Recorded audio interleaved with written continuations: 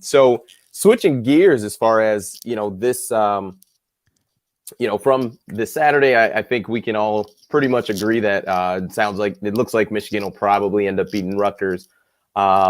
There was some new, I believe there were odds released for the rest of the season, and it looks like the odds are essentially that Michigan are, for the percentage to win each game. I can't remember exactly what it is, but basically the rest of the games that Michigan plays as of today, they are favored in every game.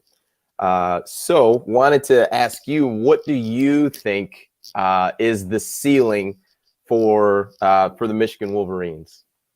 Did they forget to add that game at the end of the season? Was that one included too?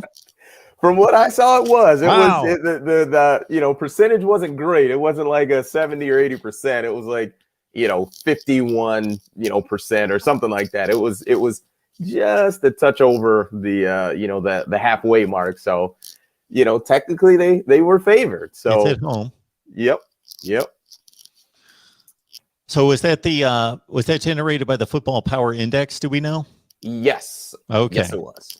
Yep. This is the thing about the Football Power Index. I am not here to rail on the Football Power Index, nor am I here to praise it. I just don't know. I would love for somebody to track it because I believe that FPI comes out sometime in the preseason, sometime in the off season, and it's just continually being adjusted. Mm-hmm. If it's the middle of July and somebody's best running back breaks a leg, then they're going to adjust the FPI, which is great. And then, of course, we get to kickoff, and I'm sure Michigan, as you just mentioned, the FPIs have been adjusted for the rest of the season because they certainly weren't the preseason favorite in some of these games, but now it's been adjusted based on their play, based on the play of some other teams. I would love to know what those numbers look like at kickoff from the time that this thing was created versus what actually happened and how accurate it is. I tend to rail on it because I catch it when it's way off, but that's not fair because I don't have all the metrics of all the games. But I would just love to know what the accuracy of that FPI is. I know one thing that I don't like about it is that it seems to too strongly predict a victory for a team. So it's obviously, for those of you who don't know, it's always being calculated even within the game. So you can see in a box score that if somebody was up 20-0, it just shoots to the moon, which it's based on probabilities. And then if somebody makes a comeback, you see all these key points in the game in which there's a fourth down conversion and it adjusts. And it's pretty fascinating if you're into numbers.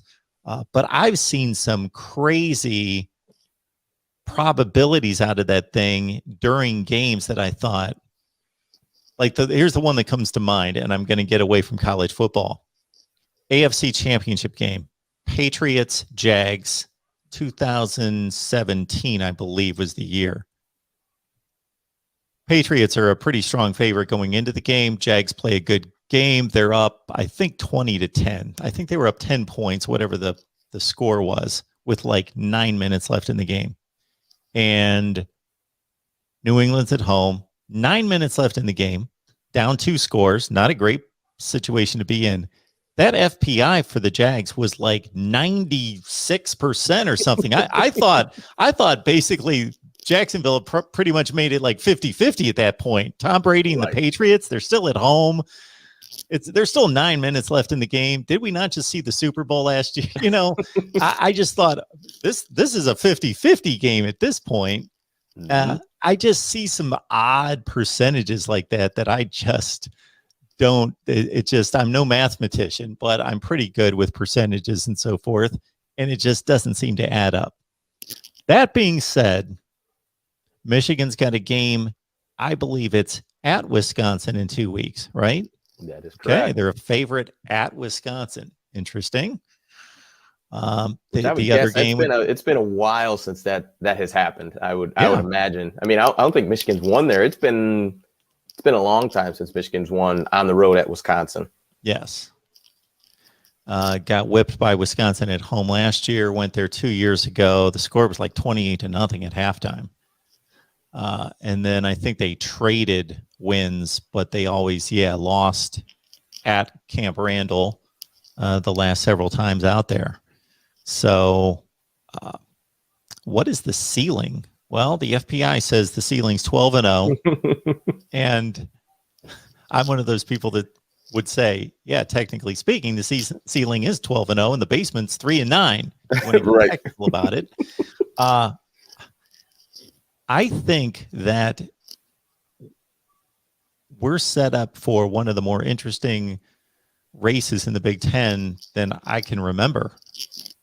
Because since about, actually, if you want to go all the way back to late 2005, Ohio State's been the best team and the best program pretty much every year, even though they haven't won the Big Ten all of those seasons.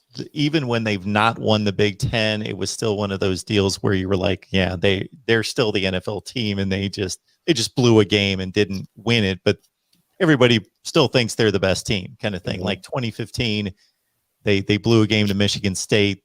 You know what I'm talking about. That was crazy. I mean, I would like to see what the FPI was before that game kicked off. Connor Cook missed that game on the road. Yeah, that FPI probably was 99.9% to Ohio State, I would imagine. Yeah. So, like, my point being that even though Michigan State won the Big Ten championship and they earned it, they won in Columbus, they did what they had to do. Ohio State went and dusted Notre Dame in a Fiesta Bowl, still finished with one loss. The people were still like, well, and rightfully so, me included, Ohio State's the best team. They didn't win the Big Ten, but they're the best team. There were a few seasons like that. So this Ohio State program has basically owned this conference forever. But now the way everybody's playing right now, they're almost like an outlier where they're the team that's got this pass-happy offense. They did run it well, obviously, with Travion Henderson against Tulsa, but they've got this pass-happy offense. They still have all sorts of great talent, but they have not put it together on defense at all. And even the offense is a bit shaky with C.J. Stroud still developing. And then you've got everybody else that's good. Iowa, Michigan, Penn State, Wisconsin, Michigan State, that all seem to be playing like really solid ball, very traditional ball. They're all rock solid on defense. They all run the ball first. And I think we've got more to go on in the Big Ten than the other conferences right now, where Clemson looks vulnerable, Ohio State looks vulnerable, Oklahoma looks vulnerable. The Big Ten is the one conference that's played enough quality conference games for us to actually have some validity there in terms of seeing what might happen, and that Ohio State may legitimately be vulnerable because Penn State and Wisconsin have already played a conference game, and Ohio State, Minnesota, and there have already been several other, Maryland, Illinois. There have been more conference games played in the Big Ten than any other conference. And I think it's pretty fascinating because I think there's like 5-6 teams that are good, like legitimately good. Not that they're not flawed, and they all seem to be the same team, except Ohio State is much different. So I think that the race is going to be fascinating. I think Michigan, the probabilities just say that they're going to trip up, even if they're as good as they could possibly turn out to be, which they might be the best team in the Big Ten. I don't know that they can make it through an entire conference schedule without getting tripped up by somebody. Wisconsin, Ohio State, Indiana, Penn State. Don't know who their other games are in the Big Ten West off the top of my head besides Wisconsin. They've got Nebraska. Maryland. And, in the Western Division, I think it's, I think they might have Northwestern. Yep. Anyway, if you're asking whether I think Michigan can win the Big Ten championship, I'm going to say yes. Yeah. Yeah, agreed. It's going undefeated it's just difficult. It's difficult in, I mean, you look at Oklahoma, to granted they're in the Big 12, but even as much of a gap as there was from them to, the next closest team, whether it's Texas, granted Iowa State's kind of surged lately, but Texas, Oklahoma State, it was like, yeah, Oklahoma's without question the best team in that conference, and it's not even close. And even and they're not showing up to the college football playoff or championship weekend undefeated. Yep. So it is a very difficult thing to do. But I think Michigan's style of play, which it's a lot of people's style of play in the Big Ten, of the run heavy, play action deep and taking the deep shots, is the way to minimize a lot of the issues, the turnovers, things like that. Like it's the risk-free ball. But the tough part is Wisconsin plays that way, Michigan State plays that way. A lot of the teams that they're going to have to play against, Penn State plays that way. Maryland kind of airs it out a little bit with the younger Tagovailoa quarterback, but it's I think it's doable for them to win the Big Ten. It's just going to be how many steps and how much improvement can you make from today to November 27th, because really a lot's going to be on the line at that game against Ohio State. And the tough part is, no matter what, Ohio State could be 500 going into that game, and they're going to be ready to play against Michigan. So even if Michigan comes in undefeated and Ohio State has 2 losses, you're still going to have to bring it. It's not going to be a game where their season is over and they've kind of packed it in. That the Ohio State culture is not one to miss an opportunity to beat Michigan. So I think they can definitely win the Big Ten.